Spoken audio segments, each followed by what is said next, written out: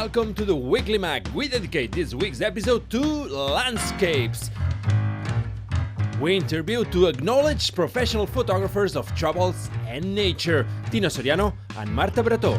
What a beautiful day for visiting a very special band of our musical landscape, the Balkan Paradise Orchestra, and prepare for a guess what about animals with our contestants Patricia, Escalona and Màrius, Serra, and our Will quizmaster Sergi Cervera. All this and more on the Weekly Mag, your favorite talk show in English, presented by Marcella Topor. Hello! Since today we dedicate our show to landscapes, we have invited two photographers who collaborate with renowned publications and whose expert eyes have taken breathtaking images from around the world. But before we meet them, let's have a look at our glossary for the interview. Tino Soriano is a photographer, but he likes to think of himself as a storyteller. So, he is the person who tells a story or gives an account of something. In this case, he tells stories by means of his photographs. One of the scenes Marta Bretó has taken astonishing pictures of are the Northern Lights. This is the usual way to refer to the aurora borealis of the Northern Hemisphere. Both Tino Soriano and Marta Bretó use different lenses for their photographs. One of them is a wide-angle lens, which has a wider angle of view. Therefore, it allows capturing more of a scene within the photo than a normal lens. It's one of the three basic photographic lens types classified by relative focal length, the other two being a normal lens and a long focus lens. The long lens is used to take clear photographs of things that are a long way away, so the distant objects appear magnified. The most common type of a long focus lens is a telephoto lens. Tino Soriano is a well-known and awarded Catalan photojournalist and travel photographer who collaborates with many different magazines and organizations such as National Geographic or Lonely Planet. And Marta Bretó is an awarded nature photographer who is also a mountain guide specialized in astrophotography. And she spends days alone in the wild to take astonishing pictures. Well, Marta and Tino, welcome and thank you for coming. You're welcome too. You're welcome. In the first place, Tino, you focus more on social aspects, while Marta is more interested in wild nature. Okay, so tell me about it. Okay. Ladies first. Thank you so much. Then, yes, I'm very interested in nature, and inside of nature, I like the wildest part of it. So, which I like the most, it's getting lost for many days. I carry my backpack with everything I need for the trek, and to find situations, to find myself reflected in the eyes of wildlife, for example, to find different lights, to see how these lights change the landscape. So it's like not very prepared, you know, it's like improvised. Just finding whatever is going to happen. Okay. Well, Tino, tell me about social photography. Well, more than a photographer, I think that I am a storyteller. What I really like is experience, and to hold a camera, it's the best way to be introduced and to be allowed to be the speaker, the people who's playing the story. Is in some way I'm an experience collector. And what does it mean for you to have published photographs in such prestigious publications such as National Geographic or Lonely Planet? Well, it's a dream. I think that any photographer in the world has as goals to go to National Geographic or Magnum. As a photographer, fortunately, I started working with National Geographic 20 years ago. And, you know, it's more than a dream. It's like Christ come from the heaven and bless you.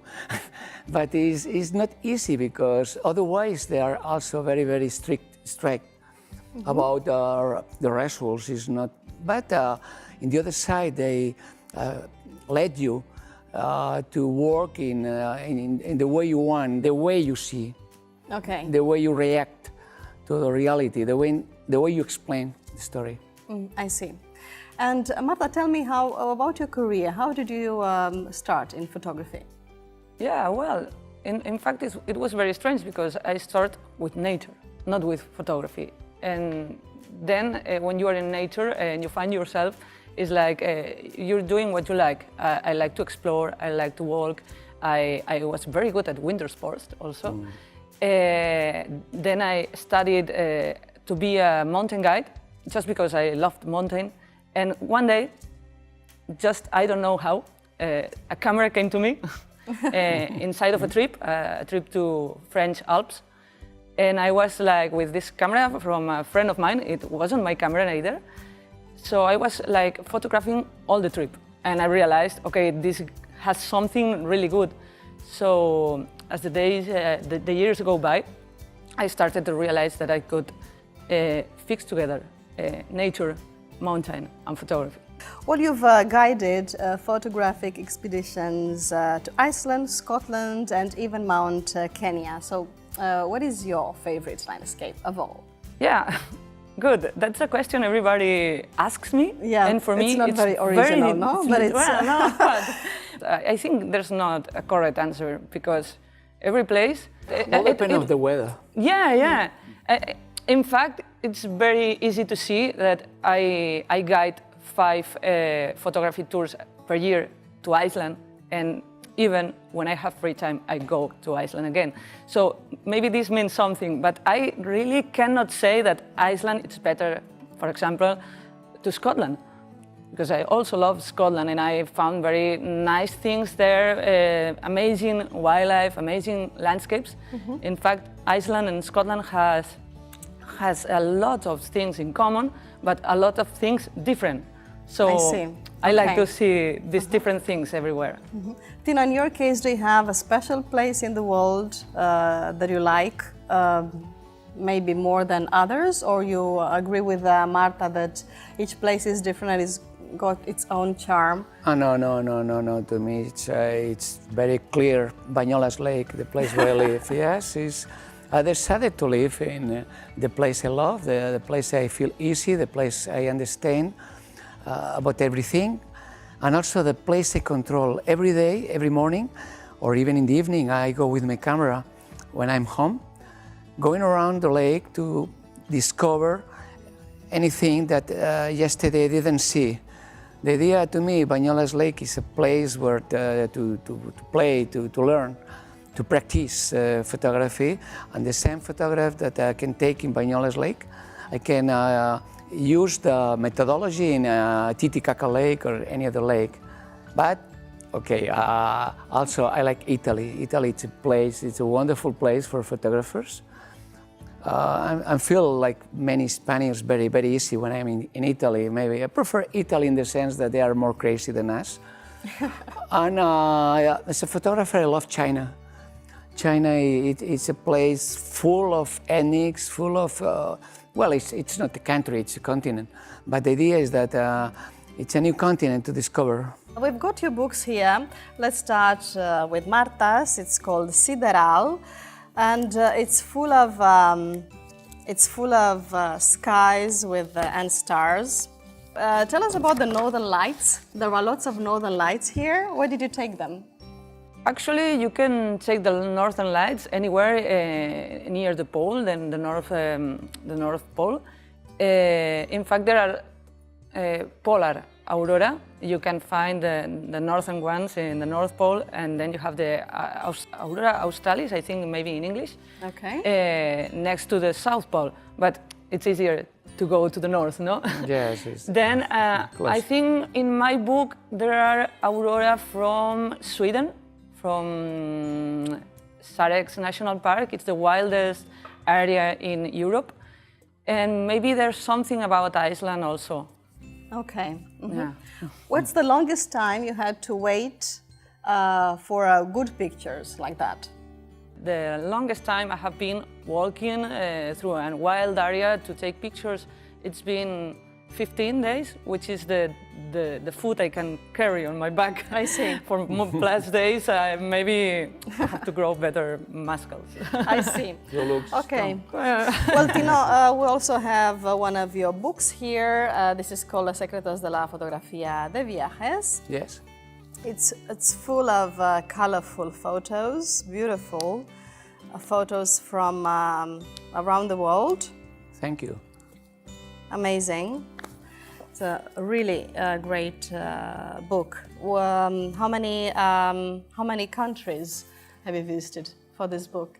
More or less. It's a very good question because I never count how many countries I've been visiting. As a traveler, a professional traveler, sometimes you go 2, 3, 4, 5 times to the same country. Okay, It's more about experience than about the number of countries, but let's say all the continents.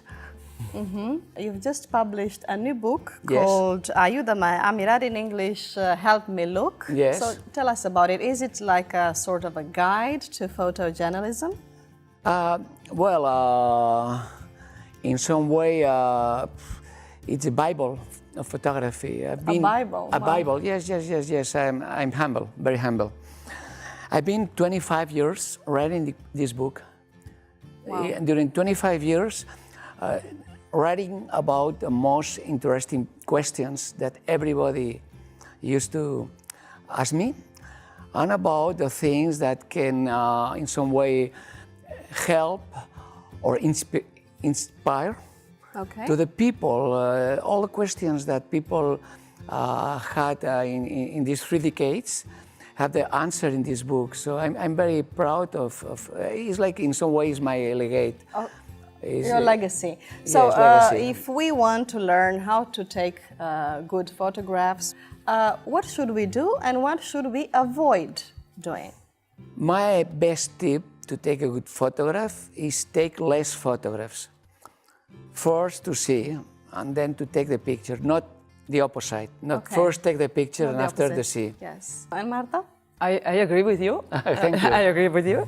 Because sometimes I think we have not only to photograph, but also to see, to look, and to understand. Yeah, to enjoy the moment. enjoy.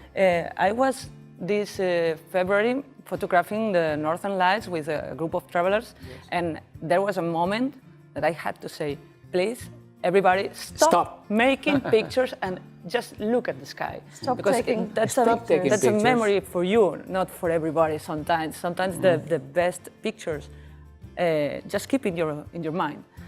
But anyway, to make a good photo, there's a lot of tips. But I think it's good that to see, to look, to understand what you are seeing, and think how you want to tell this story. If we were a sailor, that we throw the net, and then we count how many different fish are into the net, no? And it's not. What it's important is to know about the fish you want, not about to fish. It's about to know. I see. That's a great metaphor. That's the difference. Well, we are amazed by the pictures of nature and travels by Tino Soriano and Marta Bretó. And now, when we take a glance at a landscape, we see many different geographical features. And of course, there's a word for every single one of them. And Helen Armstrong from International House Barcelona will teach you a few in today's first language tip. Don't miss it.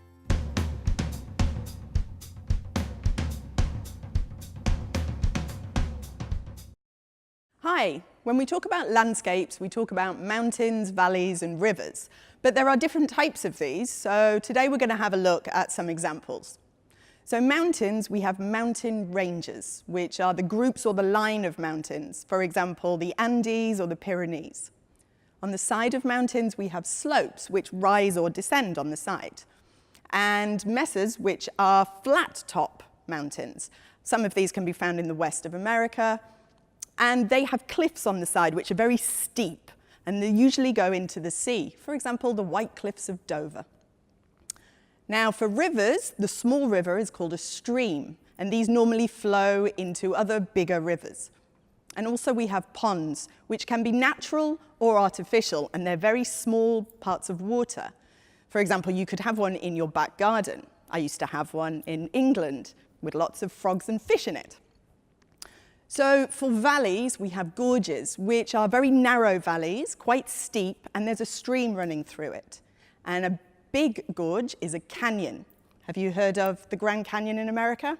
So these are very, very deep gorges with a river running through it. Okay, bye. Everything's okay when you know what's coming, but how will our guests react to Mark Broderick's mystery question? Stay tuned. a few decades back, nature or travel photography was limited to professionals and amateurs who could afford the equipment. But nowadays, with smartphones and digital photography, absolutely everyone can give it a go. So let's talk about the social consequences of this with our new collaborator, Mireia Giraud. Welcome to the Weekly Mag. Thank you, Marcela. It's nice meeting you. Pleasure. Okay, so Mireia, what have you brought to us today? There's lately a craziness of taking pictures of absolutely everything with our mobile phones, and I'd like to put some sense to it, because now that everybody carries a camera and takes pictures of at any time of everything, what is being a photographer actually about? Well, being a photographer is someone that tries to make anything different from the other people. That's the point. And this is more close to philosophy than photography. And you, Marta? Yes, I think today it's like a kind of sickness, not? Everybody wants to show what they have eaten, where they are going. I think it's very different. I don't think that's photography. It's just telling your life to other people. It's a little bit different. Showing off, no? Yeah. In some way, photography is, and it has been, a universal language. So people use photography as a grammar, just to explain how wonderful is the world, how wonderful is your life, how wonderful are you. Life is more interesting than the picture you show. Yeah. Usually after 1 month traveling around, you go back and people ask, what about your trip? And you say, well, look at the pictures. But it's nothing. There's many pictures together. Maybe it's a minute of your life after a month. Some of my friends that are not photographers, and they love showing their pictures of their journeys. And it's a nightmare sometimes, no? Yeah, I know. It seems that they think that I won't believe that they travel if they don't have a picture of every single place they've visited. Selfies. And selfies also, But no? it's horrible because when you are taking a selfies, what's really important is in your back. So that's really, it's a pity. Well, actually, there have been all these cases of people actually losing their lives while taking a selfie. This girl, she was driving with another girl, and she taking a selfie was the last thing she did in her life because they had an accident and they died, no? Or another guy who went to the mountains and he died because he was taking a selfie on the edge of a cliff and so on, no? Yeah. So more than 100 people die per year, especially Indian. For selfies. You've been Yeah, doing or that? Chinese. Really? Yes. And, This is incredible. And the amount is growing. Such a waste of life. Yeah. But I think it's not a problem about the selfie itself. No. It's about the people. it's about something about the brain. You know, you have to know what is a risk. Talking about the same issue, once a friend of mine sent me a picture of a sunset in Cambodia. And it was a gorgeous picture. I thought she was alone in paradise. But then she's a very funny person. She sent me another picture of what was in front of the sunset. And the place was packed with at least 1 million people taking the same picture. And it seemed to me that nobody actually was enjoying the real experience of that sunset, as you said before. Sunset Point. Yeah. Sunset Point. Take the picture from here. Yeah. In Taj Mahal, in India, in Taj Mahal, it's very typical. You must go picture. 2 hours before the sunset, because otherwise you don't have the place to photograph your Taj Mahal. But why? Even if it's cloudy. It's You see people waiting for the sunset. Or in Finisterre as well, it happened to me that there was no sunset. that happens to me a lot with the photography trips. Yes. There's people coming with me because they want, for example, to Iceland, they want to shot that waterfall, that mountain, that place, and they have the perfect photo idea in their brains. They have Googled it, they have seen lots of photos winning contests, and we go there and maybe it's cloudy, and maybe it's foggy, you don't see the mountains, or maybe it's crowded in that place. And I always try to say them, you don't come here to make the same photo you have seen thousands of times on the internet. You come here to make your own point of view. Yes. And at last it's the best Exactly. photo, it's And the why one do you... people do that? Yeah. Take pictures of the Because same things I think maybe they see those magnificent landscapes and they have been dreaming about that place. They want to go there and make that photo. But what happens to me when I go to a new place and I see that photo that has inspired me, I arrive there and I say, okay, I see it. I am not going to make this photo, I'm going to find another one. Because I don't feel happy to make the same photo as everyone. Mireia, which are the most photographed places in Catalonia? There is a ranking, I think. Yeah, there's a ranking. Well, you know that Instagram is the second social network most influential. I think you managed with that. We both, yes, we both have an Instagram. So I've done a research and I found that after Paris and London, Barcelona is the most photographed European city. Okay. And on the Instagram. And here's the top 3 most tagged Catalan sites. Can you guess which ones Yes, might be maybe. in Barcelona? Let's see. Yes. Which ones? Which ones? You know that? Sagrada Familia. Sure. Sagrada Familia is it because Gaudí had a special sense of light, more advanced than any other photographer or any other people a century later. So when you are inside Sagrada Familia, it's like being in heaven. It's So incredible. here I have the numbers. So the number 1 is... Sagrada Familia, 1,600,000 mentions in 2018 on Instagram. Yes. That's a lot. Yeah, that's the most tagged site in Barcelona. Yeah. Camp Nou and Montserrat the third. Montserrat, the And third Montserrat. one. Are you surprised? Not really. It's, well, it's a topic. The problem on photography is people take pictures of the topic and topic and the topic and the topic again. It's not about the.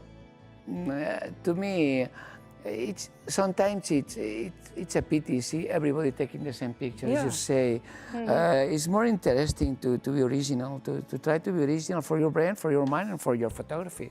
Every match you see 100,000 people with the cell taking pictures of the field from 200 meters away. And this is Messi, this is Messi. Okay, so I have one question. This If you point is Messi. if you had to take a picture of one of these 3 places that Mireia has just mentioned, how would you do it? I mean, if you really had to, which would be your angle? So the way to make a new, I don't know, like a new way of photographing Montserrat or Sagrada Familia. Well, which first of all, I would choose Montserrat because it's nature, and for me, it's more interesting than architecture or football. Football, for me, not. But then I would like to walk the place, to find special places, not to have the same wide angles photo of all the mountains, but finding. Just maybe it's a light, maybe it's a shape, small detail. maybe it's a union of some rocks, and maybe find a point of view. Okay. I used to work with long lenses better than wide angle because they make you think what you want inside of the composition and what is going to get outside. Okay, With wide angles, I used to find maybe something in front of me to put as a co-protagonist. I don't know if I'm spelling it right. Yes, Like co-protagonist. a first term, and the landscape, and to share the importance. I see. But Okay. usually long lens and try to find maybe a composition, maybe some shape, some light. What I do is to photograph what people can see. Just to show in a different way. Let's say if I'm in Montserrat, the way that monks are living there, inside the monastery, there are wonderful places, incredible.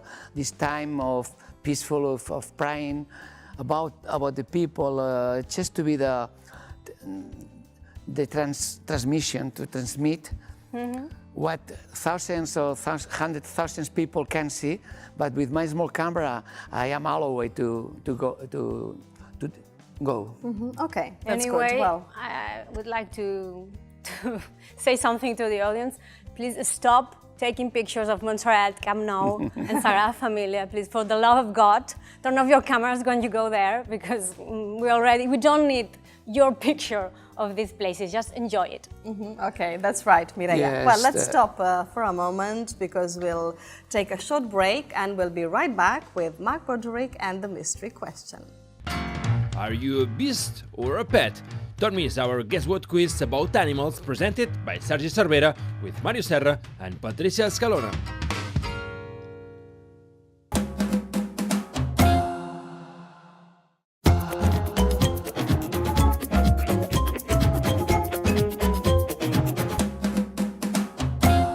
Welcome back.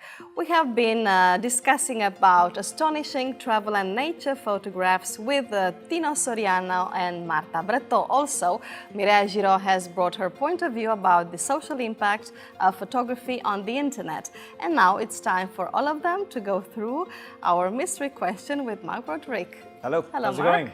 Well, obviously you understand that I'm going to hand you a question, but I have a question that you can answer while the questions are coming, okay? So I'll hand you a question. What's the most ridiculous photo that you've ever taken? Or like the funniest photo that you've ever taken? A selfie. And Mireia as well. Is it all Yeah, right, Roy? absolutely, you have So to, it's yeah. one for each. Anyway, what's the most ridiculous or funny photograph that you've ever taken? One that you looked at and you go, oh my God, what the hell have I done here? I'm not really sure. Everything turns out perfectly all the time?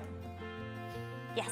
I just don't feel She like doesn't there's take something ridiculous really pictures, funny. Mark. I think the most funny picture I have is it's even a selfie. The one I have on my profile, Yeah. it's myself holding what it lasts from my last camera. Just a piece of it, because I am very unlucky with cameras and sometimes they explode or They explode, dive you have or- exploding cameras. It's like Mission Impossible, in 3 With minutes your mobile camera will phones explode. Also, it's something about technology. I don't know what happens to me and technology. That's Well, quite have typical. a look, open up and, Okay. and read out the question, and we'll One go at a with, you time, can start so, first. And Marta Tino, goes what about you? first. You said the most ridiculous photo you took is a selfie, right? Anything, any ID picture, passport picture, but Okay. I've taken a picture of Mona Lisa walking. This was a Whoppers photo in 1999. It's not ridiculous, but it's a funny picture. Okay, It good. was award with the most important prize in the world, Mona Lisa walking. Nice. We're going to take a selfie afterwards, just so Yeah. you can add it to your collection of the most ridiculous photos that you're going to take. I'm wishing. And you said the most important thing about a selfie is the thing behind, right? Yes. So I think, Marcella, you should be the most important focus of the photograph. So you can go behind. Okay, you, so Mark. can you read the question, please? Well, it's what was the last time you won a bet? Yeah. There you go. I don't remember betting, but it's really hard to say. Italian, right? What I really don't know. You never I'm bet so on sorry. anything? No. No? Well, it's very Hold on. possible. It's a It's difficult. not that I have any problem with betting, but It's a tricky question. Yeah. Maybe we can give you another one to have a look at, and Tino can answer Yeah, while we're maybe. just to give you another Thank you. opportunity. No problem. There you go. thank you so Tino, much. give it a go.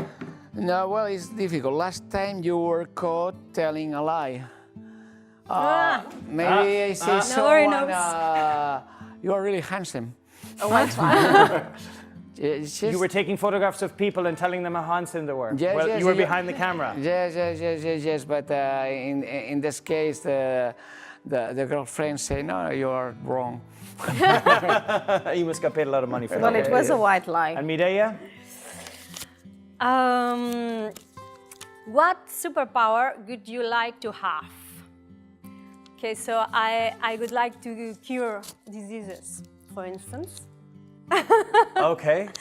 and That's also great. being invisible sometimes. What would you do if you were invisible? Go Sometimes to curing your diseases. Go to your home and see what you do in your home. I think you'd be quite shocked to know what I do in my home. But anyways, Yeah, that's for yeah, another. yeah, That's yeah. a conversation Mireia, offset. Mireia, maybe it's better not to know what he does when he's home alone.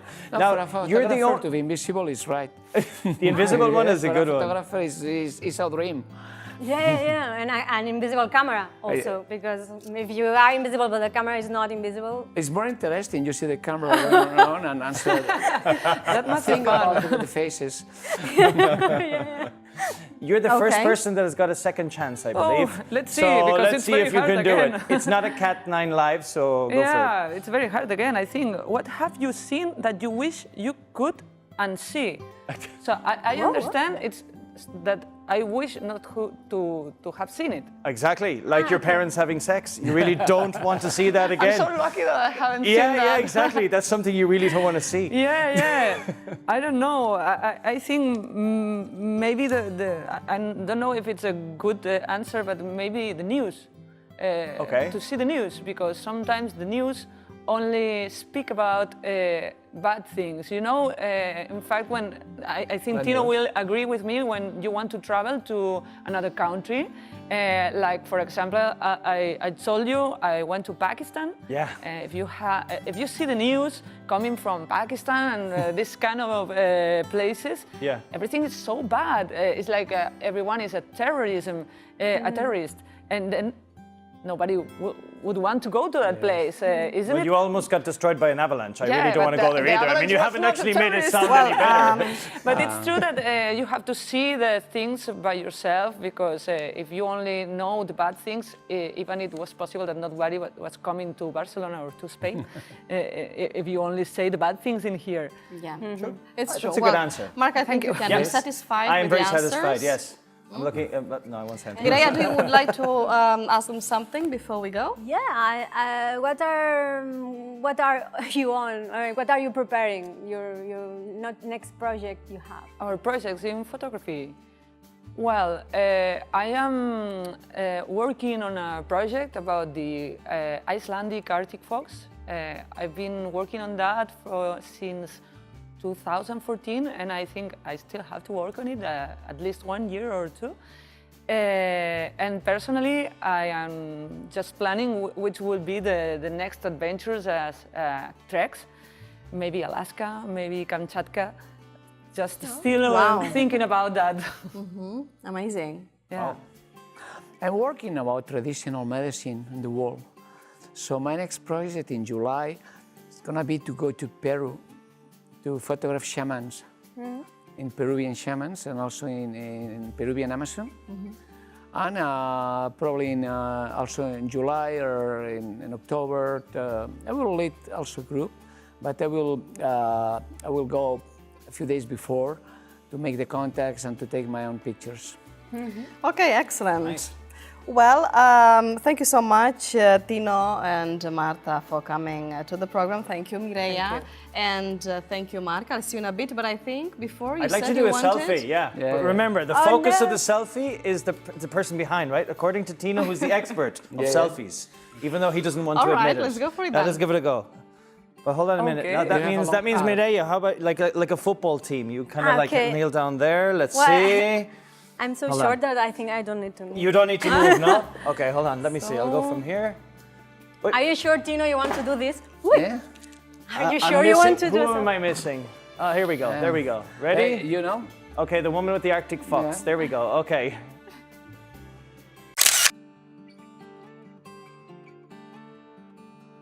Yeah, that's definitely the most ridiculous photo of Tino we have. Absolutely. Well done. Well done. Well done, Mark. Well, thank you. At least you have a sense of humor. Well, thank you again, Tino and Marta and Mireia. Until I'll next show you time. afterwards. Yeah, that's a picture. Well, nature and landscape are an endless source for idioms and sayings in any language, and English is no exception. But if you don't know any of them, there's no need to make a mountain out of a molehill, because Tim Wari from International House Barcelona is about to teach you some of them.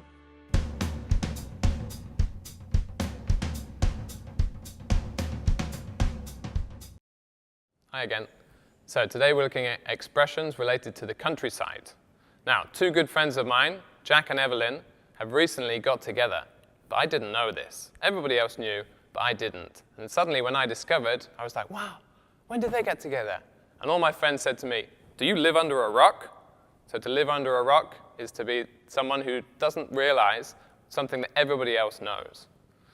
Now the rumors about Jack and Evelyn had been going around for quite a long time. And one person told another person who told another person.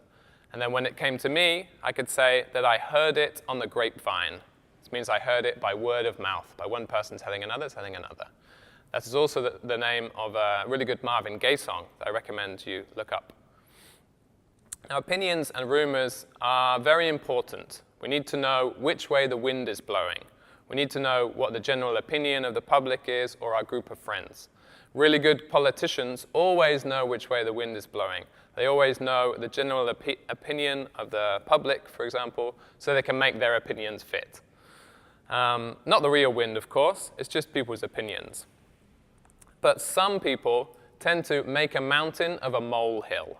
Now, a mole is a little animal, a little rodent that burrows and digs, okay? And it makes these tiny little hills. Some people tend to make what is only a very small hill, a very small problem, into a huge mountain, a very big problem. We can use geography to talk about problems quite a lot. Another one is to be up shit creek, or up shit creek without a paddle. This one's a little bit rude. This just means that you're in a very bad situation, okay? A creek's like a river. Imagine you're in a canoe paddling up the river, and you're up the creek, you lose your paddle, you're in a bad situation. Maybe you go on holiday, you have your wallet and your phone stolen. You could say, I'm up shit creek without a paddle. But then, if they steal your passport as well, things can really go downhill. Now, to go downhill just means to get worse. But imagine that you find your passport all of a sudden. Maybe it was in your bag or in your hotel room. You can say, whew, I'm out of the woods, okay? To be out of the woods means to be out of trouble, or to mean the worst part of the problem has passed. So, those are our expressions related to the countryside. Put them into practice. What role does l'Empordà play in the love story between Jeanette de Césaris and Josep Llorenç? Don't miss Love in Translation.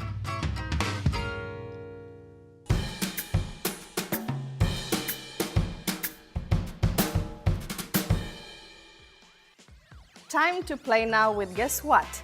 Our resilient contestants, Patricia, Escalona and Màrius Serra, are ready to give another go at our weekly quiz under the command of our unstoppable quizmaster, Sergi Cervera.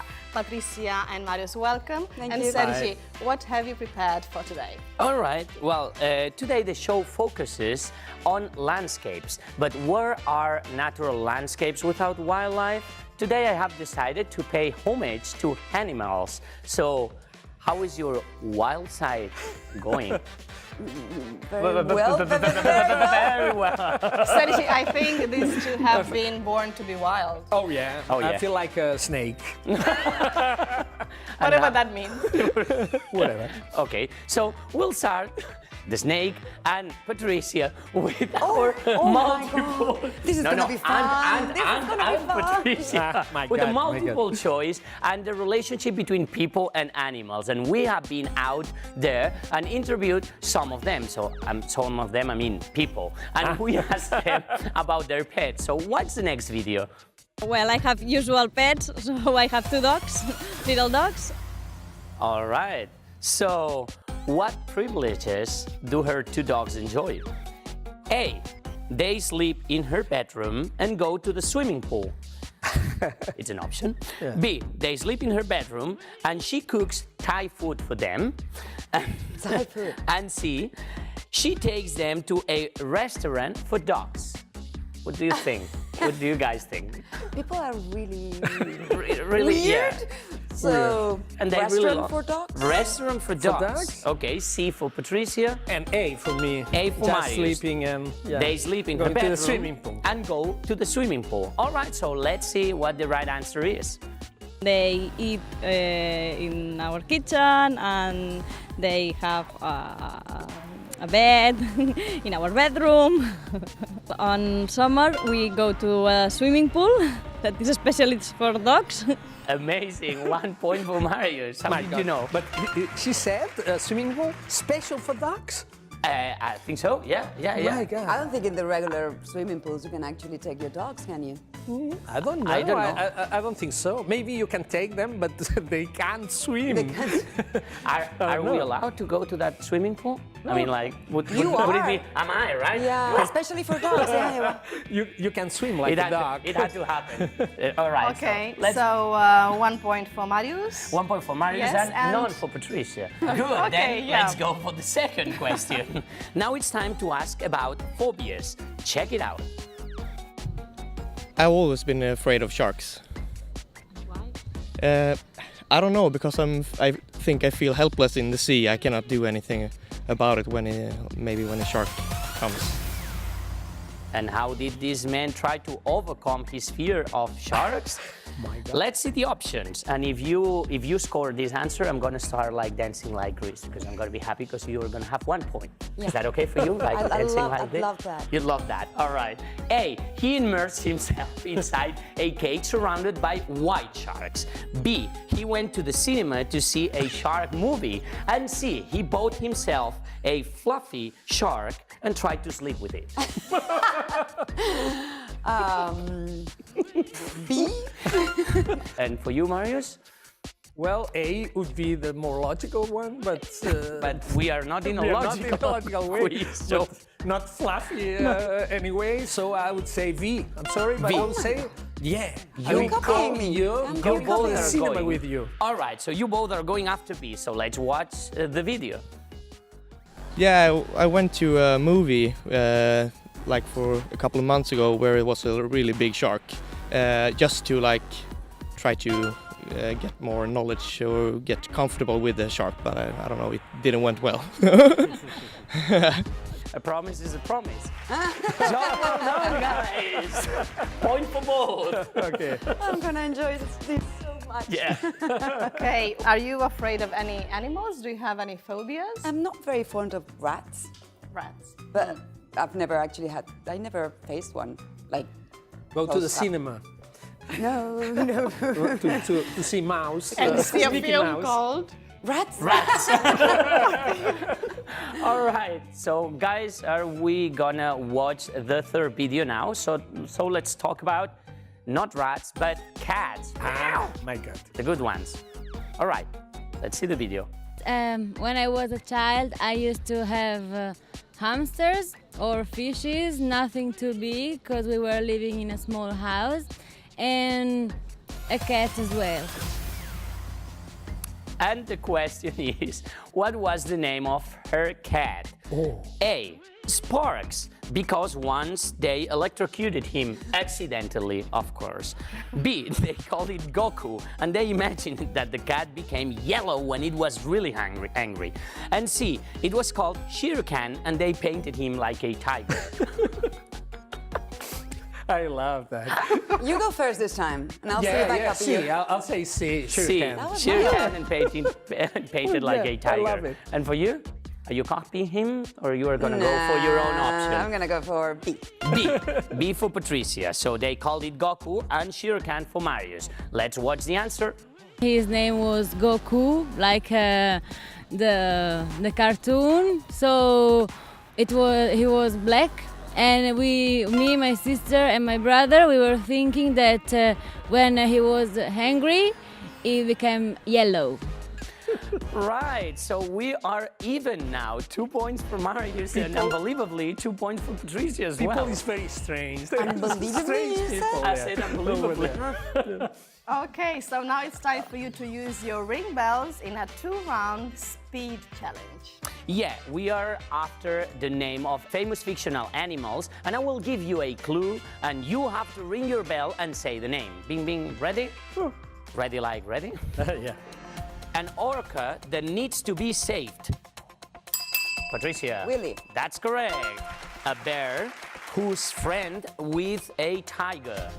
Patricia. Winnie. That's correct. Winnie A the dolphin that flips. Màrius. Flipper. That's correct. Disney's rodent. Màrius. Rodent? Rodent. Rodent. That's, Like mouse? yeah, that Mickey Mouse. Mickey Mouse, that's Yeah, correct. that's- And a Frank rabbit. Patricia. Rabbit. That's correct. Very well. A small dog that traveled to Oz. A small dog that traveled to Oz.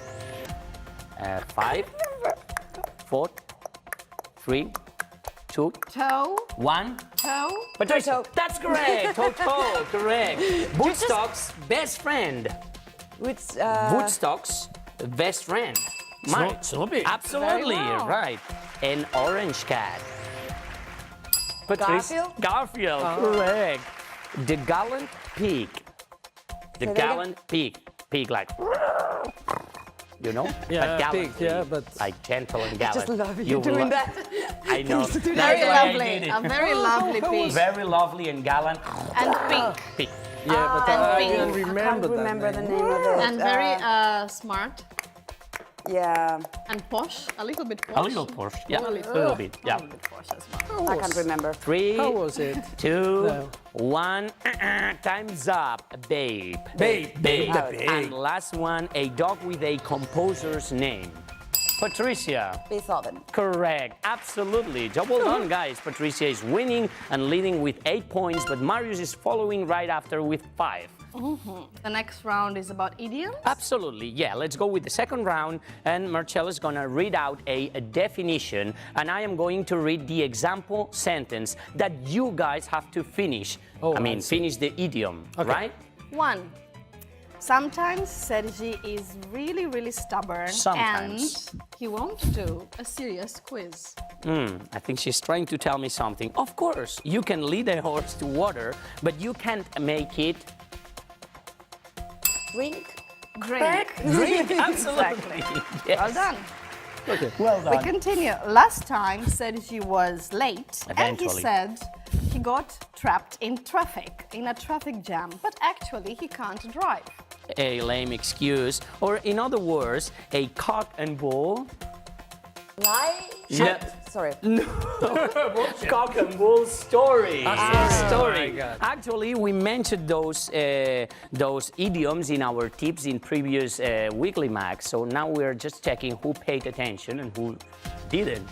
Oh my God. Okay, number 3. Although Sergi is an experienced actor, he still gets nervous before getting on stage. Oh yeah, absolutely. I have butterflies in my Màrius. Stomach. Absolutely, Well correct. done.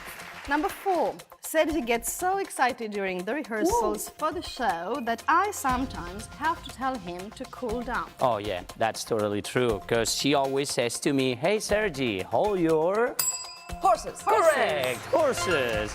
And the last one. Once Sergi tried to sell his old broken car and he just painted a couple of bumps and put car air freshener, but that didn't work at all. Yeah, absolutely. Yeah, right. The solution was like putting lipstick on a Màrius. On a pig. Excellent. Correct. And actually, that's a contradiction between option 2, which means that the screenwriter wasn't paying attention a little bit, because he said that I wasn't driving a car, and now he's saying that I'm selling my car. Just so you know. You're selling it because you're not driving it anymore. Yeah, Okay. Damn it. So You the first score bought it is without driving it. So the score is Màrius Patricia. 7 points, Patricia 10 points. Correct, absolutely. And all right, so We've got one more challenge left. yeah, maybe? absolutely. One round of the challenge of clues. And as always, table can be turned at the very last minute. And as always, we have made a change. I knew you would love it. And today, the sooner you answer, the worthier this challenge will be. 8 points if you guess it with the first clue, 7 with the second one, and so on. That's actually fair. I'm surprised. First time. Yeah. First time. I have a That's on question. camera. If we just fail, we fall eliminated or not? We're gonna be forever eliminated. No, Eliminated just kidding, forever? just kidding. We're gonna welcome you. So we have happily. more than one chance? At 8, at 7, at 6. Okay, I will ring anytime. Yeah, absolutely, absolutely. Ring anytime, but then you have to bring the answer quite fast. Yeah, You know anyway. you're cheating, right? Yeah, of course. I'm a cheater. Okay, so shall I start? Yeah, absolutely. Are you yeah, ready? sorry. Yeah, of course. Okay, so 8 points. In the story, this animal does not talk. The animal does not talk. 7 points. This animal is neither a bird nor a fish. 6 points. It belongs to a novel from the 19th century. 5 points. This animal has got a proper name which has 8 characters, 8 letters. Oh, guys. 4 points. Wow. This animal is responsible for the loss of a character's leg. Just 4 points. And 3 points. Now 3 points. Patricia. Moby Dick? Correct! But That's it's not a correct. fish, you said. I said it's not a fish, exactly. It's a Let's see the mammal. other clues. It's a mammal Yeah. in the sea. Okay, this animal is a mammal that lives in the sea, and the book was written by Herman Melville. Correct, yeah. Moby Dick was the most famous whale in the history of literature. And actually, Melville was inspired by 2 real albino sperm whales. And one of them was called Mocha Dick, that had survived many encounters with whalers before it was killed. Did you guys know that? No. Impressive. So the score right now is like this. Patricia is leading with 14 points, and Màrius is going with 7 points. That's Well, great. congratulations. 7 fair That's a points. double. Double. Double for her. So have you liked the book, Moby Dick, Patricia? I did like it when I read it, although there were parts, you know, when he describes all the business, the fisherman business, it was a bit heavy, but it's interesting. Well, I remember that Woody Allen, for instance, said always he tried to read Moby Dick and never ended. Succeeded, yeah. Yeah, because it's a real interesting novel, but it's a very long one and it's in a different way. So for an actual reader, it's quite slow, a slow reading. Yeah. Well, anyway, so much for Guess What, and let's start Guess Word by Màrius Serra. So, Màrius, can you remind us the last clue for this week's puzzle? Yeah, last week it was main purposes with balls. That balls meant going to football. Football, of course. Yeah, of course. And the answer was goals. Goals. Yes. Great, Yeah. of course. You're good at Because that. a goal is a purpose, but it's always those, the structure that you have to put the ball inside. Inside. Amazing. Yeah. And our goal for next week is to crack the following guess word, which That's it. is... It's a movement constantly invoked by cinema directors. 6 letters. A movement constantly invoked by cinema directors. 6 letters. A 6-letter word that is a movement constantly invoked by cinema directors. Let's see how fast you can crack it and post it on our social media profile. Patricia, Màrius, and Sergi, thank you. See you next week. Thank you. And we'll take a 3-minute break now, but don't go away. We'll be right back with our new section, Love in Translation, and the Balkan Paradise Orchestra. Stay tuned.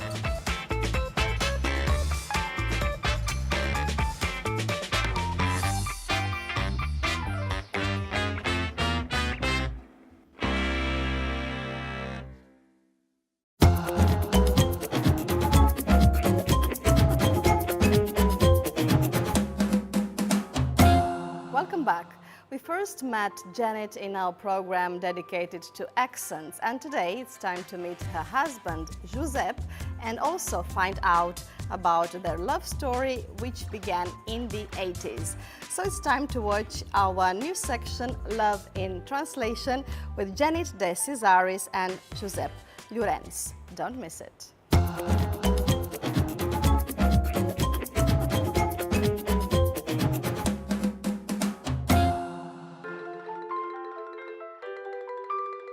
My name is Josep Llorenç. I'm from Figueres, the best county, l'Empordà. My name is Janet De Cesaris. I'm originally from Washington, D.C., and I've lived in Catalonia now for over 30 years.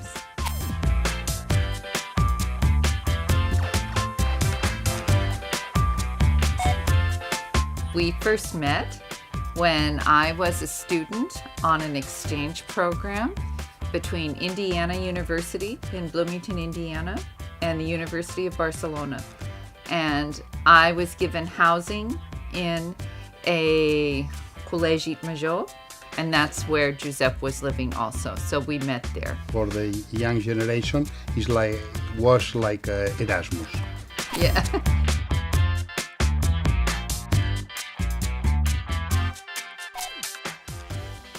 de l'Empordà was very important for the relationship because the first weekend that that we sort of went out.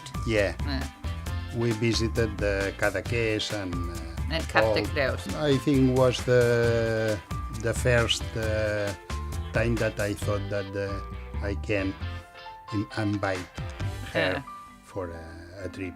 In the end, I went back to the United States to finish my studies. Then I ended up here, and we got married in 1987.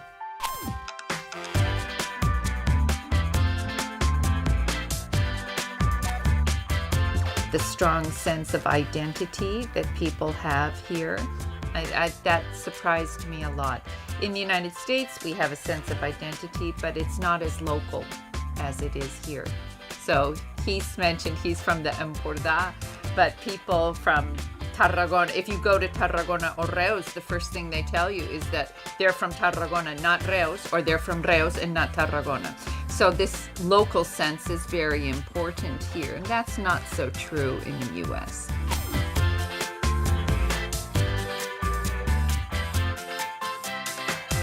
For me, but for our family, it's very important, some traditionals from the States. It would be terrible to not have Thanksgiving. Christmas, it's a little different. I always remind people when it's the 4th of July. So, although I do not put a flag outside of our house for an American flag.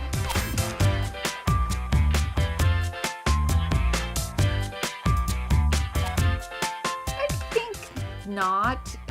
American culture in general is pretty flexible. In some sites in our house, the life is like America. Yeah, we live outside the main city, so we live in what the U.S. would be called suburbs. We both have cars and drive. No, we do not have a dog, which is what probably we would have in the U.S. But in that sense, our life is very similar to life in an urban area in the U.S.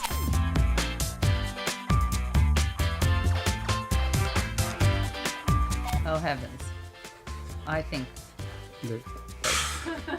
Very big list. No. Okay. Això deu estar escrit amb una falta, no? No, you wrote it right. Yeah. Cooking. Tu has posat cooking? Yeah. For the traditional food like Thanksgiving, explained it before, but his grandfather was from Montelanico, close to Rome. She makes a very good Italian food.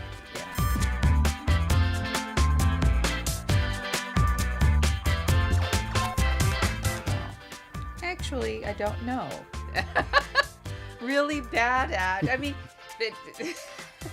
It's true that I have a very bad skills in one thing. Oh, I don't know. I mean... Yeah, it's true. I'm going to put this down but it's not actually true. No, but not only the things at home. My worst skill at the wall is speaking English. Yes. Yeah. But I put... Com s'escriu language. That's how you write languages. Yeah. Ironing.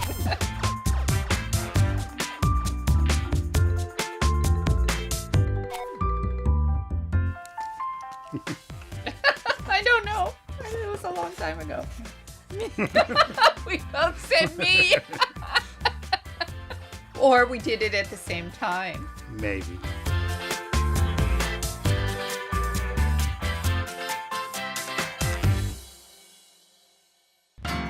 Have you ever been to a squat house? Today you'll get to visit one guided by Joey, our home from home protagonist of today.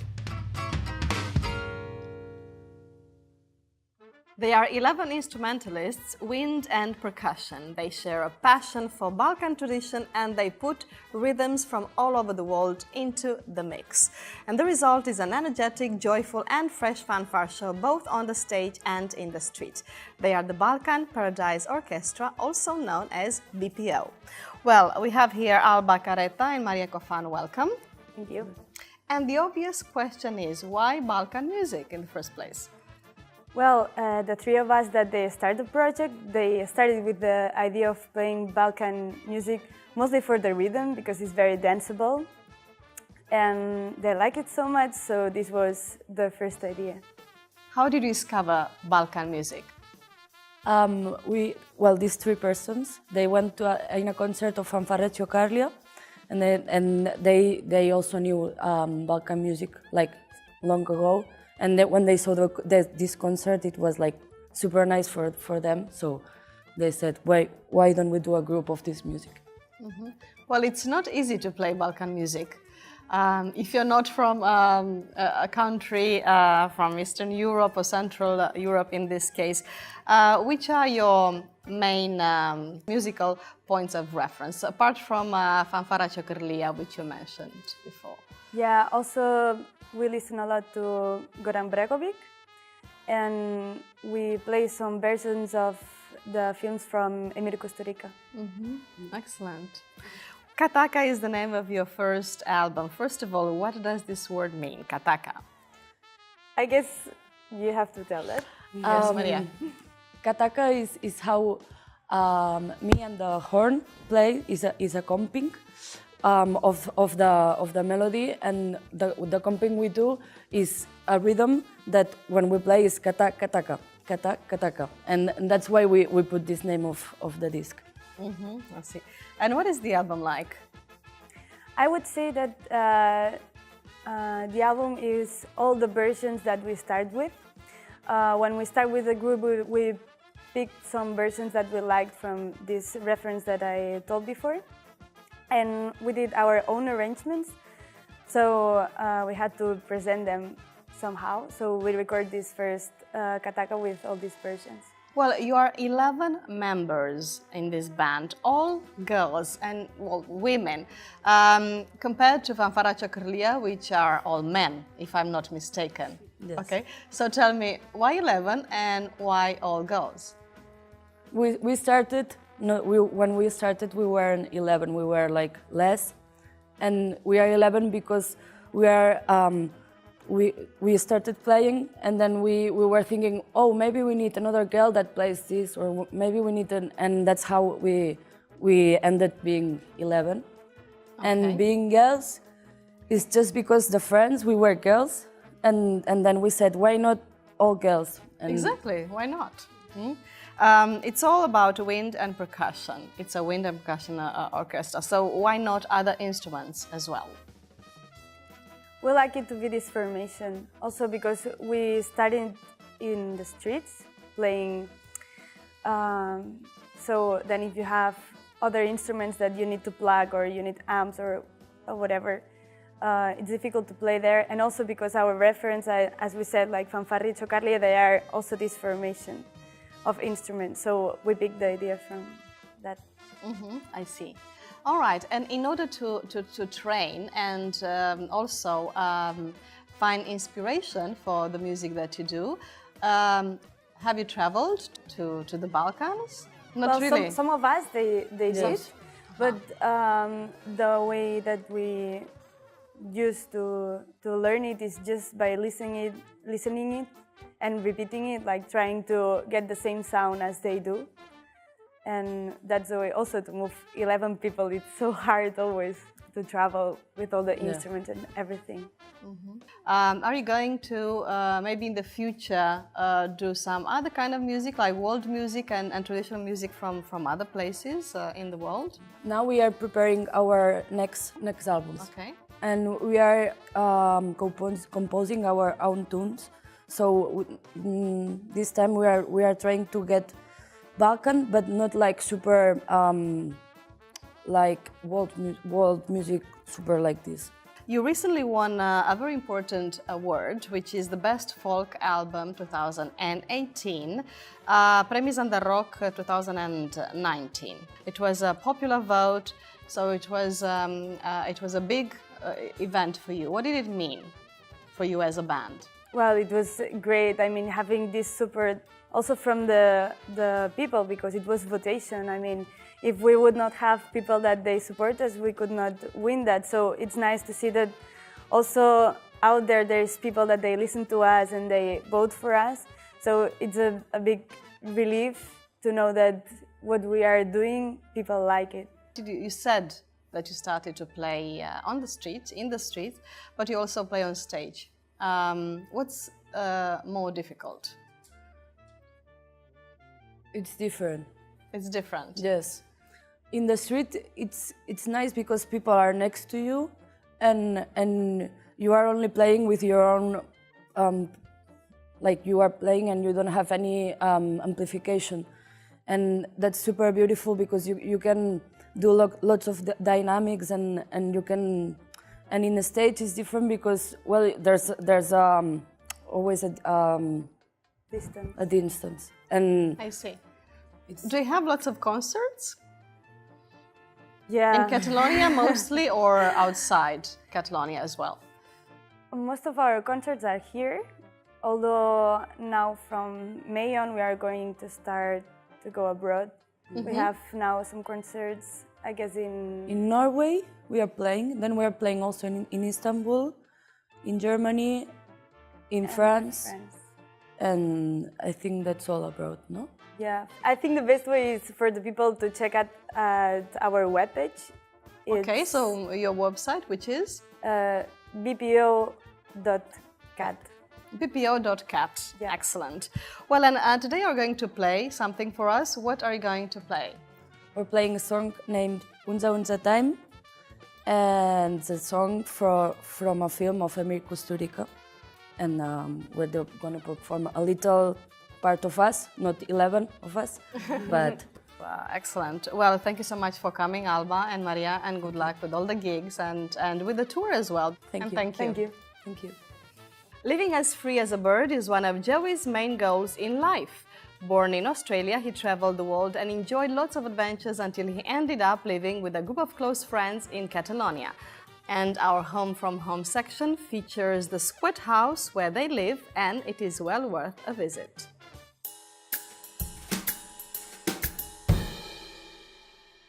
Hi, my name's Joseph Alistair and this is our squat house. Oh, hello there. Come in. Welcome. This is the house. I lived in a shitty small town in Australia on a farm and basically decided when I was 18 that I was never going to go back. Coming from a normal life and normal society and hating it so much. And to find these people was like so refreshing, you know, it's exactly what I've been looking for my whole life, so obviously I had to stay.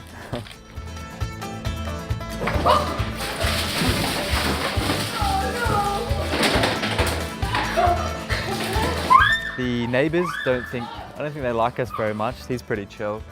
But, I mean, they've got that camera pointing at us all the time. And they had three cameras and they took 2 of them down, but they left 1, you know? So.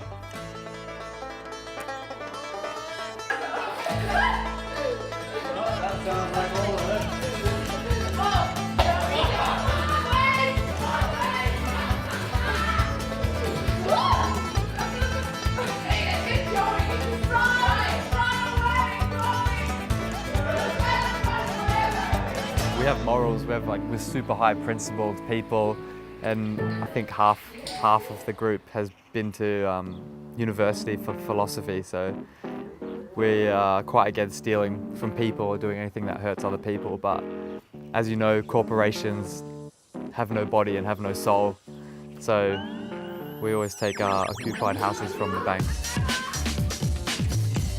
When I was a kid, I imagined a falling down house, all the windows and doors are broken, like a mattress on the ground and just heroin needles everywhere. You know, one guy, like 1, maybe 2 heroin needles in his arm and a belt and like dying there in the house, you know, maybe a cat and some rats living in there. That was my opinion of a squat when I grew up, you know.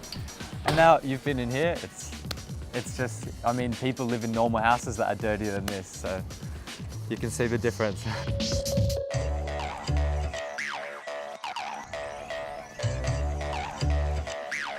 Recycling is really good in Spain. We're blessed, we're so lucky.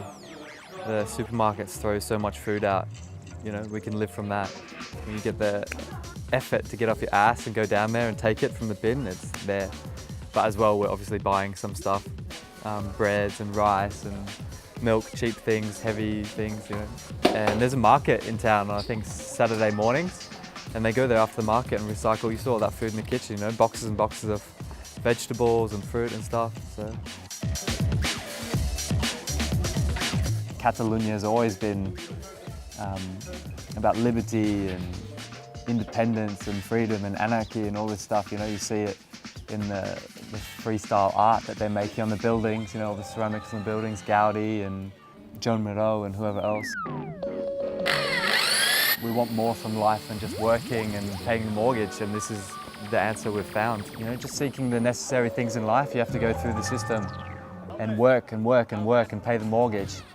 And the system takes so much from you, you know, just using you like a slave. They're putting you inside this thing and using you up.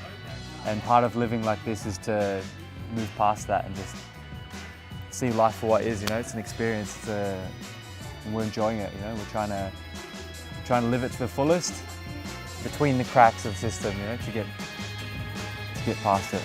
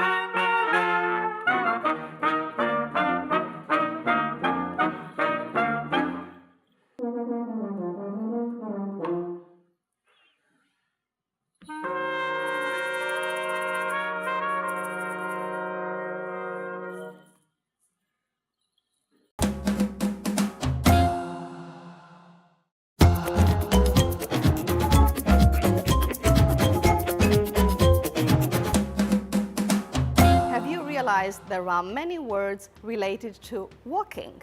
Well, depending on your mood, on your speed or your aim, the verb is different. And if you want to know how many words there are and learn a few of them, let's watch the following language tip with Tim Guinea from International House, Barcelona. And I also bet you like his story. Which?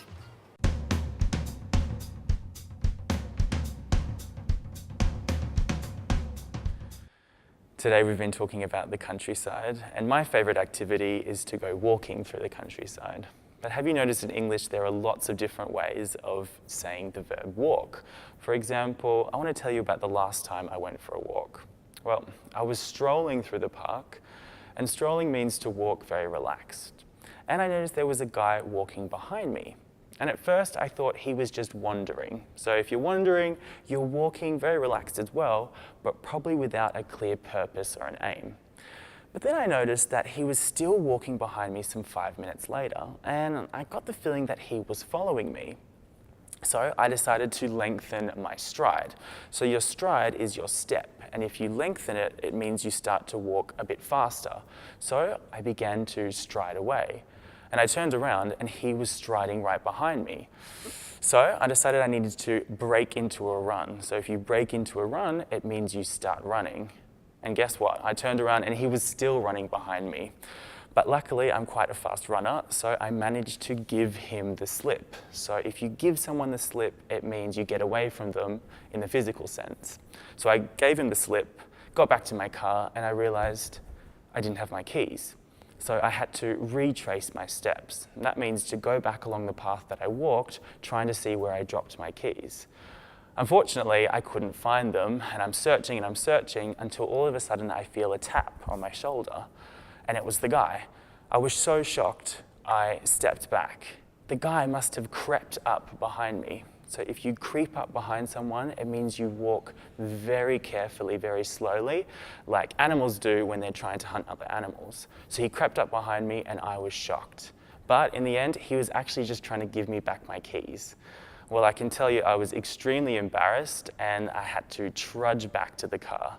So if you trudge, you walk pretty slowly, in low spirits, you're not very happy. And I got back to the car and I realized that I had no petrol in the car. So I had to walk all the way home. Well, that's it from me. Until next time, I'll see you.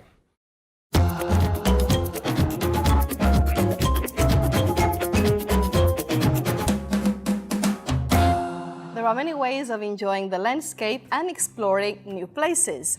One of them is driving, which in modern life has become almost as normal as walking. And while regulations are almost the same everywhere, the driving culture might be different from one country to another. And let's talk about this with Matthew Tree and Mark Rodrigue. Hello, guys. How's it going? Hi. Good. So tell me, are you good drivers? I'm a great driver. I'm a fantastic driver. I learned here about 6 years ago. Okay. I don't honestly. I don't know. I think sometimes I drive like an old lady, and other times I drive like a crazed lunatic. So I'm somewhere either really, really good or really, really bad. Matthew? So it depends on the day. It depends on the day, exactly. It depends on the day. I don't drive. You don't drive? No, that's it. You have a chauffeur. Okay. No, I did. Yeah, it's a good start to the program. I did try when I was 18. I did lots and lots of lessons, loads of lessons, spent loads of money, and then worked out I failed the test, and then worked out I didn't have enough money to buy a car anyway, so I let it go. And I've never missed driving ever since then. You know, I've always found ways of getting to places without. You've managed without driving. Donkeys and motorbikes, sidecars, Camels. things like this. No, Well, actually, any method of transport that gets you to the place. Buses and trains. Buses and trains. There's no That'd mystery be funnier. there. You know, you were born in the 1960s. So, also, you know, I was told by someone that who apparently knew about this that if you buy a car, it's still more expensive to buy a car than take a taxi all the time in Barcelona. And the guy Barcelona, was exactly. in Barcelona. It depends where you go. Yeah, no? but he wasn't a taxi driver. I mean, he worked it all out. He'd calculated All right, it. so it's reliable. Yeah. He had a lot of time in his hands. Yeah. Okay, so He tell was a me, gynecologist. Mark, you've traveled a lot, Mark. I have indeed, around yes. the world. So tell me, in your opinion, which country has the best drivers, and which country has the worst or most aggressive drivers? Well, honestly, like the best drivers, I think have been, from my experience, have been in Holland. They're quite, they're very, very secure. They all drive nice cars. Everybody obeys. Everything works well within Amsterdam as well with all the trams and the bicycles. It's amazing that there's not much more accidents than there are. Although my uncle lives there and he drives like a bit of a nutcase. I mean, my most harrowing experiences in the car have been with my uncle. And as regards like the worst places, I mean, any one of China and Iran. I mean, China for me, I remember going on the other side of the road at 200 kilometers an hour with a guy in a van, and it's like in Tehran, for example, in Iran, they really they go against the grain of the traffic. It's like a white knuckle ride. You're like in the car like this, and you really are like fretting for your life, for lack of a better way. And Ireland itself, I mean, Ireland, I think we're quite polite. I think in Ireland we're like overly polite. Nobody beeps the horn, or like, you know, everybody's like waving out the window and like saying how's it going and like letting people pass. And I think it's kind of like the manners we have as well kind of influences the driving part as well. So polite drivers. Yeah. A little bit of a... Yeah, I would say I found it very difficult to adapt to Barcelona, because Barcelona has a normal system of traffic lights where the cars have to stop. They can't do anything other than stop. But they also have far more traffic lights, which in the official name of the city council is semàfors de precaution traffic lights, which are the ones that flash. And that means that if there's no one crossing the road, the cars can go through. And if there's someone crossing, in theory, the cars will stop. But in fact, what I've found, and I'm not the only one, what you have to do when you're crossing with a semáforo de precaución is you have to stare at the cars and make sure that they can see that you are actually crossing the road. And if possible, look them in the eye, you know, to make it clear. 3 seconds. For more than 3 seconds, yes, exactly. And I still find that quite tricky. I actually failed my first driving test here because of those traffic lights of precaución. And it says in the rule book, I learned to drive here, it says in the rule book that even if there's somebody walking on the side of it, that you have to stop the car anyways. You understand? Like even if the person is walking past the actual zebra or flashing light crossing, you have to stop. I almost ran over an old lady. Yeah, they stopped the test, but on the second time I got it, so it was okay. Okay. Well, where do you think that the traffic lights and signs are most respected? In London, I've never seen anybody run a red light ever. They take all that. In fact, traffic moves quite slowly in London. Which was one of the reasons why you have to pay money to go through the centre of London, because before that it was almost impossible, because everybody stops at the right moment, stops at zebra crossings even if there's no traffic light, and so forth. In Barcelona, constantly I've seen people run red lights, go through the flashing lights. You refer to drivers. To drivers, What about pedestrians? Pedestrians, you mean going across the road when they shouldn't be going across the road? If you have a red light but you still cross the yeah, if there are no cars coming, we all do that. It's fair game. Really? It's fair game. It's fair game. Yeah? Yeah. Talking about like silly things that they do here as regards, something I always found funny was people driving up the middle of a town, like a small town in Catalonia, and then just putting on the warning lights and getting out and going into the shop. It's like, this is something that happens here like all the time. And you're in the car behind, you're like, really? He just went in to buy tobacco, or he went in to buy the newspaper? This would never happen in Ireland. Like, this would be like the biggest lack of respect you could do to somebody on the road. And as regards pedestrians, I must admit, I think it's a real giddy thing to start running across the road. They don't really do it here that much, like the locals. From my experience, I don't know. No. But the funny thing is, when people run a red light here in Barcelona, it's not acceptable. You know, every time they do it, I've seen the pedestrians complain or even yell at them. Because it's, you know, I've heard that in Naples, for example, it's so normal that people don't even think about it. It's not accepted, but it is accepted for pedestrians to cross the street even if the traffic lights are red. Yep. Yeah? Yep. Or cross the street when there's no zebra crossing. Oh yeah, jaywalking they call it. You get arrested for that in the States. Like, I think I got stopped once in Canada for jaywalking, which was like not crossing at the right place. Luckily, the policeman was nice, and I told him I was from out of town and I didn't know the rules, even though I'd been living there for 4 years. Sometimes I play the giddy card from time to time. It gets me away with things. So where have you been this week? I went to El Masnou. And well, actually, What did you ask them? Actually, drove there. I got to drive a Xarxa car, so I hope there wasn't any problem with that. Lucky you. Yeah, so what did you ask them? And well, that's what kind of drivers they were, and well, general things about driving and funny experiences they had and things like that. So. Okay, Have a look. let's give it a go. Okay, anger, aggression, frustration, road rage. All of these things we associate with transport and driving. Here on a beautiful Monday morning in Masnau, we have none of those problems. And I, for one, I'm a super chill driver.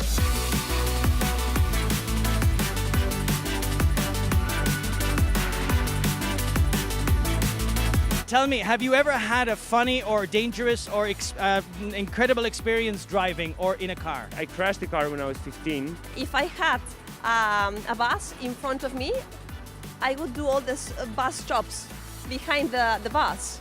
You wouldn't overtake the bus? No, I wouldn't. From here to Mataró, all the way, yes. And I would say, okay, I'm not in a hurry. I can wait, yes. Confuse some drivers. Have you ever had a funny experience while in a bus or a train or a plane or a donkey or a mule or a unicorn? In a taxi in Egypt. The Ubers in Malta, they go really crazy. Motorbikes in Southeast Asia. There are rules, but they are unwritten, so it's kind of, there's a flow. Like, let's say, a big fish coming from between. Then they just go somehow, you know, there's this flow. They don't have traffic lights and stuff. The fish just know how to do it. Italy. They are crazy drivers. They do not respect rules, but they do not have accidents. Because everyone pays attention to everything because they all know that they are in constant danger. Driving in Greece, in like a 2-lane road, you get 4 or 5 cars. Because, yeah, the lines don't mean anything. These graffiti artists really have a dirty mind. Really clean up this town. In Australia, you have to take care with the wildlife, with kangaroos, koalas. New Zealand, you know, there are penguins. Yeah, there is a sign saying, be careful, penguins crossing. Yeah. Did you see any penguins? Of course, we did. Did you kill any penguins? Oh no, they're so cute. No. Okay, Monday morning. It was a Monday morning. I'm usually at my best on a Monday morning, would you believe? I can see that. I love grabbing the week by the scruff of the neck. Oh, no, I was trying to stay away from saying something nasty. Well, let me ask you about driving in Ireland. Well, in the UK, Commonwealth in general, you guys drive on the left. Is it strange for you here? We drive on the right. Is it strange for you to switch from right to left when you go back to Ireland? Well, as I said, I did learn how to drive here, so actually it was strange when I went back to Ireland and I rented a car. And it was a hair-raising experience, I must admit. And it must be very difficult to change the bloody gears with your left hand. I mean, that would be my weak hand. I always thought that. So it was kind of funny when you're driving, you kind of don't know. But when you rent a car in Ireland, it's very funny because on the dashboard, there's a huge sign written in 3 languages, like so that you know. It's like, keep to the left-hand side of the road. It's written in like Chinese, German, and English. I don't know which rental company I used, but I think it was Chinese, German, and English. And the first thing when you get out of the airport in Ireland is you hit 4 roundabouts before you hit the road. So I mean, like that's just testing your skills straight away. It's like, right, now you got to know which way to go. Left, right, left. And there's so many people who do the opposite. So yeah, it's a tricky experience. By the way, Matthew, well, you said you don't drive, but maybe you can tell us why the Commonwealth drive on the left. It's a fascinating story. It started off on the basis that most people are right-handed. So if you're in the 16th, 17th centuries, you're riding a horse, you need your right hand to have access to some kind of weapon, so that because it was very common for people riding horses along roads to be attacked. So that was why people went to the left, so that they could have access, their right hand could have access to a weapon. But then later, we're coming up to the 18th century now, it becomes normal for what would now be called freight transport to be done by large teams of horses and large wagons. And with the large teams of horses, the driver would sit on the left-hand side so he could use the whip with his right hand. Most people are right-handed, but that meant that it was much more convenient to drive on the right. And that habit started in France. And what really matters is that it was in the 18th century that in both Britain and France, driving on the right in Britain, or riding on the right in Britain, and riding on the left in France were put on the statute books in law. So after that, every time these countries invaded another country or took over another country, all the statute laws went with them. So quite simply, when you get to the age of the automobile, those laws are already in place, and cars just do what horses were doing for the last 2 centuries. And Thanks, England, for that. Well, yes, thank you, England. Thank you, England, for that. I mean, in fact, funnily enough, they did a survey in England a few years ago, in Great Britain a few years ago, to see how much it would cost. I mean, can you imagine that now with Brexit and everything? But they wanted to follow the European norm. And they did a kind of estimate of how much it would cost, and it was so expensive that they decided not to go ahead with trillions. it. You'd have to change everybody's steering wheels. I knew there was a proper explanation for that. Anyway, okay, Mark, tell us about... By the way, yes. it's 35% of... because people think driving on the left is just Britain and a few other countries. It's 35% of countries drive on the left. Australia, South Africa, Jamaica, India, lots of African countries. That's quite a lot. Yeah. Anyway, what's it like driving in Ireland, where the streets are quite narrow compared to other countries you've lived in, for example, Canada? Okay, so first thing, Ireland. Before you take out a rental car in Ireland, make sure you get insurance. And make sure that insurance covers everything, all right?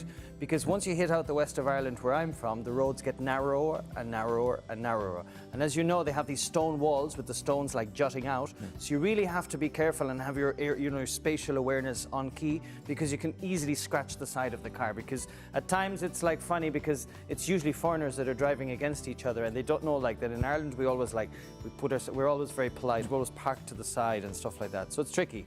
Make sure you get a good insurance. America or Canada, on the other hand, the first thing that shocked me, or the first thing that impacts you when you get out of the airport, is the size of the cars. The size of the cars then obviously means the roads are huge. And in Canada, I rented a 4x4. Like, that would be typical to rent like a big 4x4, no, that's SUV or whatever.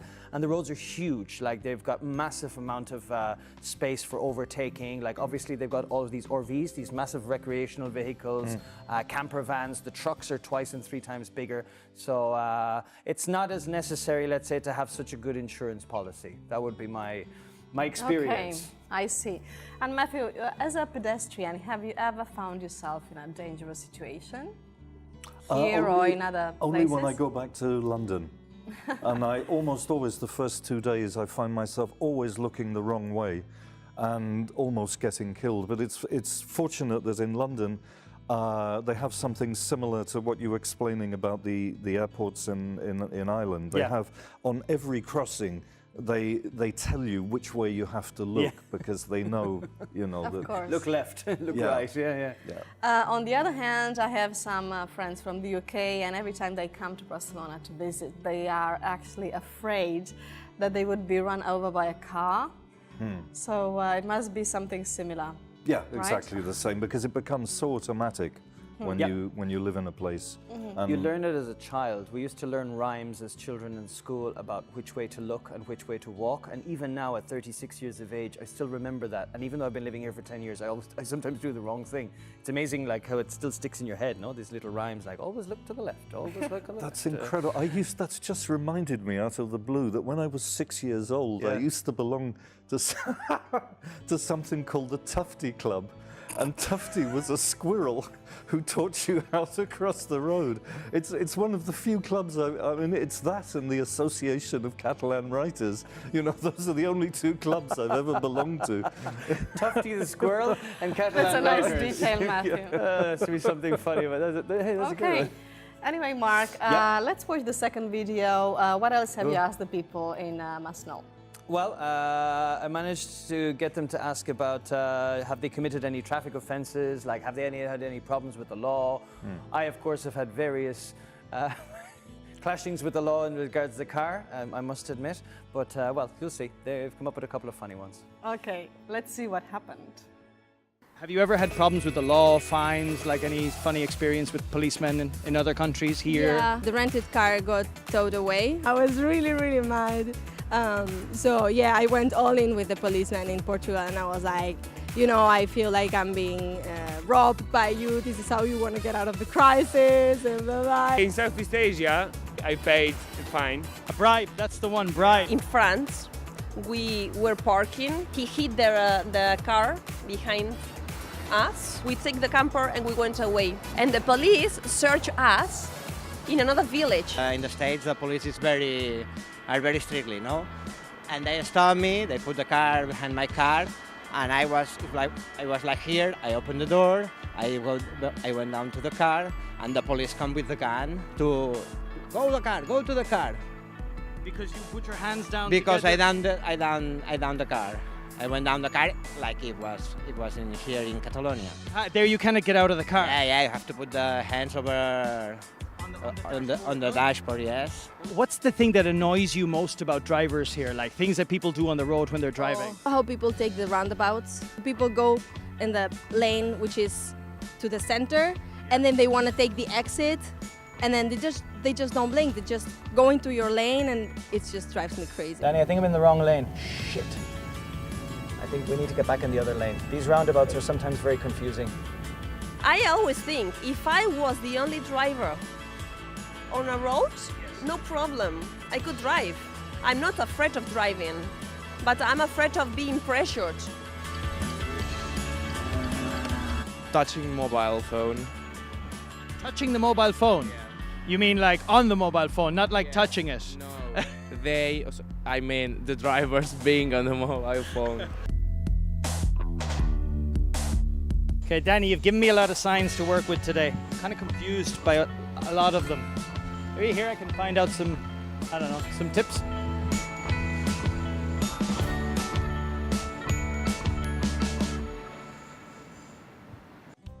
Nice signs.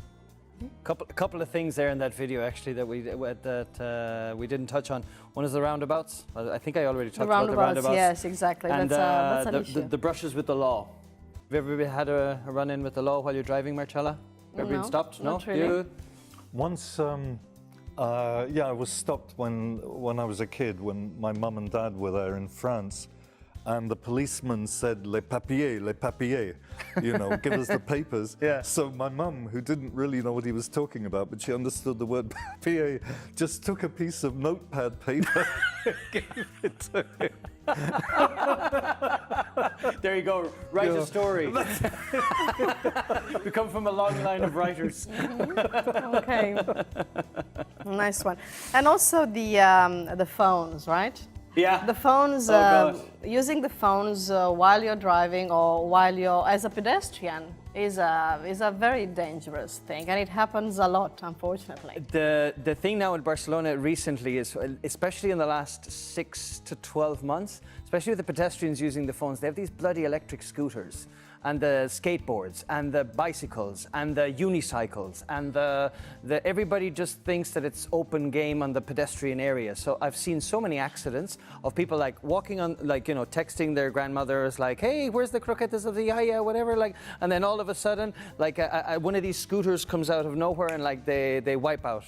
I've seen this like lots of times. Don't get me started on this subject. I have the bicycles in Barcelona are absolutely and totally outrageous. Yeah. You know, they do exactly what they want, and it's terrifying. I mean, you know, they go full speed right through a pavement full of people. And the electric the electric scooters are the bane of my life. Electric scooters are really dangerous because they're completely silent. And you were talking about Holland earlier, because in Holland it's one of the few countries which has a complete bicycle route for the whole country. So everybody knows which lane to be on. Mm-hmm. And if according to Dutch law, if a driver has an accident with a cyclist, it is always the driver's fault. And if a cyclist has an accident with a pedestrian, it is always the cyclist's fault. And I'd like to see that introduced here. You're a couple of years off being an angry old man. Yes. Really? We'll soon be the odd couple, except really, really odd in age, and like you'll be the angry one. Mm-hmm. Anyway, what other annoying habits can you think of when it comes to driving? When it comes to driving, as a pedestrian as well. Well, for me as a driver, two things that annoy me: bicycles on the country roads, like these groups, these pelotons that take over the whole country road, and you're driving behind them for like. It could be 15 kilometers. I was heading to Tosta de Mar a couple of weeks ago, and I was like stuck behind 3 bikes, and you can't overtake them because they don't have the common sense to just like, you know, like move to the side, lads. No, they occupy the whole bloody thing. And another thing is people's impatience. People are very, very, very quick here to beat the horn. They're really, really impatient. Even if you're like, typical thing is like the traffic light goes green and there's like a 10-second delay while one of these cars starts up, and the people behind just go crazy. Like, that 10 seconds of my life, it's going to be lost. So those are two things that really, really get on my nerves, so to speak. And you as a pedestrian? Well, I'm looking to the future here when e-bikes become popular in Catalonia, which they are starting to do already, because in Holland, the bicycling country, the biggest bicycling country, they are already putting restrictions on e-bikes because if we think bicycles and electric scooters are dangerous, e-bikes are the very worst because they can go at up to, the really fast ones can go at up to 80 kilometers per hour. They're completely silent, and they use bicycle lanes, which are in Barcelona are mainly on the pavement. E-bikes? E-bikes. Like e-cigarettes? Electronic bikes. All right. Yeah. It's the same company, no? Here, smoke some cigarettes, get some thing, and get some exercise at the same time. You can vape and... vaporize and... Well, now that you mentioned the e-bikes, okay, we can talk about cars because driverless cars already exist. So it doesn't matter, Matthew, that you don't drive. Yeah, but because in the future you probably won't need to. And the question is, do you think there will be drivers in the future? No. I think Elon Musk is onto something. I think it's Elon Musk, no? That Tesla, and they're big into this like electric cars and driverless thing. I think that it's about 10 to 15 years away from maybe reaching some level of perfection, because I think that the trials that they ran in California and things like that, there have actually been accidents of, I think it was the Google cars, so I've actually run over people. It's like, that's not what it's supposed to do. But the Swedish are way ahead. The Swedish, if you even go back a couple of years ago when I was looking to buy a car, I looked at Volvos. And Volvos already have an inbuilt system into their cars where it actually will automatically stop. It will automatically detect movements on the road and stuff like that. So I think we're almost there, but Matthew, I think you'll probably be retired by the time you'll be able to sit in a car and be driven around. yeah, thank you, Mark, for that. I'll push you around if you want. That's the best I can do. Words, you know, and as you know, I'm so obsessed with age. Me too. I'm kidding. But okay, Mark, I'm the oldest person on this program, I admit it. well, but meanwhile, Mark, I know that you have a little surprise for us today. Always I have a little surprise for you. Well, I try to anyways. So I've prepared a couple of road signs. As you see there, I have problems with road signs, especially when you go to other countries. You look at signs, you're like, what the hell does that mean? So I've prepared a couple and see, can you figure them out? Sounds good. Okay. Or Matthew will get them all. Matthew, go for it. Okay, that's a sign saying, don't drive your car off the pier into the sea. well done. You nailed it. You're near a lake or the sea or something? Well, actually, what country is it from? That's the funny thing. Oh, right, the country. Give it a guess. Banyoles. That's not a country. The Banyoles lake. Suddenly Banyoles has become a country, no? It's like you're the president. It's actually Ireland. In Ireland, because we're an island, I suppose they just have to stop people from driving off the end of it. You know, it's like, lads, the road ends here, easy there, easy there. Yeah, all right? interesting. So the next one, let's see what's going on. Gael Schlee. Okay, that's That's Irish? Irish, of course. Exactly. And no idea what it means. Well, look at the sign itself. It should be able to give you a clue as to what it might mean. Well, of course. I mean, I know what the sign means, but the words translated into English would be... slow down. Don't look at me. Slow down, basically slow down. Slow down. slow Take it easy, down. chill out, you know, Okay. slow down. All right? Obviously from Ireland as well, okay? All right, the next one. For the next 88 kilometers, this is your... Well, I think this is this one is easy, exactly. Very good. What animals are they? A kangaroo. Yes. Camel? A camel? Camel? Well done, yes, a camel. And koala? A koala. Sort of, Watch out for the koala. He's sort coming of- down I don't know, from the something eucalyptus tree. sort of big like a fat koala. small rabbit without ears, without long ears, So with small wombat. ears. It's a bloody wombat. wombat, exactly. And you know what the funny thing is? Saudi Arabia imports camels from Australia. When they No. run out of camels, I swear to God, there's so many camels, it's like an invasive species, and they've flourished in the center of the outback in Australia, and the camels Saudi flourished. Arabians actually import them. The Yeah. camels flourished They in flourished in Australia. a- That's in- nice. That's no? amazing. I bet you didn't know that. No, like so many other things, I didn't know that either. And the last one is my personal favorite. Okay. Beep, beep. Oh yes, of course. This must be the United States. Of course. Roadrunner. Roadrunner Yes, crossing. exactly. No wily coyote to catch him. And did you know that they actually do run quite fast?